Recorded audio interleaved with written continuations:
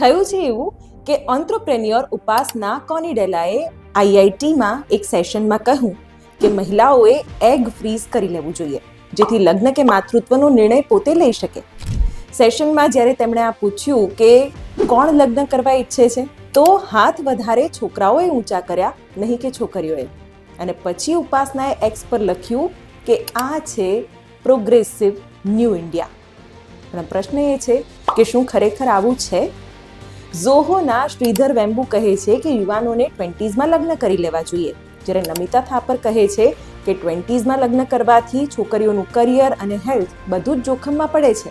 અને ભારતની મહિલાઓમાં એનિમિયા પણ વધી રહ્યો છે, તે આંકડા પણ તેણે કહી સંભળાવ્યા. વિવાદનું કારણ એ છે કે એગ ફ્રીઝિંગને ઇન્સ્યોરન્સ કહેવું બધાને થોડું ખટક્યું છે, જે મોંઘું પણ છે, એટલે સૌ કરી શકે એવું શક્ય પણ નથી. અને ઉપાસનાનો પરિવાર હોસ્પિટલ બિઝનેસમાં હોવાના કારણે પ્રમોશનનો આક્ષેપ પણ લાગ્યો છે. મહત્વનો મુદ્દો એ છે કે ભારતમાં આજે પણ છોકરીઓ પર એક પ્રેશર રહે છે કે 23 કે 25 થાય એટલે લગ્ન અને 1 વર્ષમાં બાળક. પણ હવે બધું બદલાયું છે. 22 લગ્ન કરે તો પણ યોગ્ય, 35 કરે તો પણ યોગ્ય, અને ના કરે તો પણ સંપૂર્ણ યોગ્ય.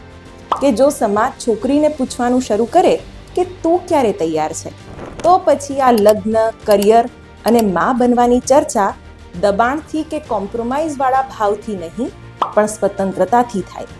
તમારું શું કહેવું છે?